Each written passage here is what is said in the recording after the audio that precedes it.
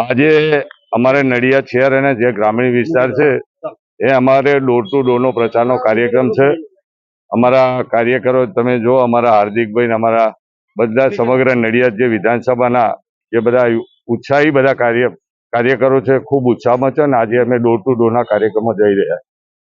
ભાજપ વાળાને ગાડી કોઈ ગામડે પહેવા નહીં દેતા. મોટા ભાગે તમે જો એમનું બોર્ડ પર નહીં મારવા દેતા, એમની પત્રિકા પર નહીં વેચવા દેતા.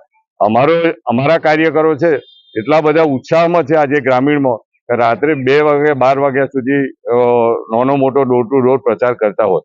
આજે નડિયાદ શહેર અને અમારા નડિયાદનો જે 14 ગામ છે એ વિસ્તારમાં આજે અમે ફરવાના છીએ અને બધા મતદારોને અમે રૂબરૂ અમારા કાર્યકરો અમારા આગેવાનો સાથે અને બધા અમારા આઝાદભાઈ છે, હાર્દિકભાઈ છે, ધ્રુવલભાઈ છે, અમારા પ્રમુખ છે અને અહીંયા જે નડિયાદના જે તે કે બધા આગેવાનો છે એ સાથે મળીને અમે મતદારો પર જવાના છે. આ નડિયાદમાં પહેલી વાર એવું બનશે કે આ બેઠક અમે પ્લસ થઈ જવાના. નડિયાદની બેઠક છેલ્લા 15-20 વર્ષથી આ બેઠક માઇનસ રહેતી હતી, પણ 110% તમને ખાતરી આપીને કહું કે આ બેઠક અમે નડિયાદની પ્લસ થઈ જવાના.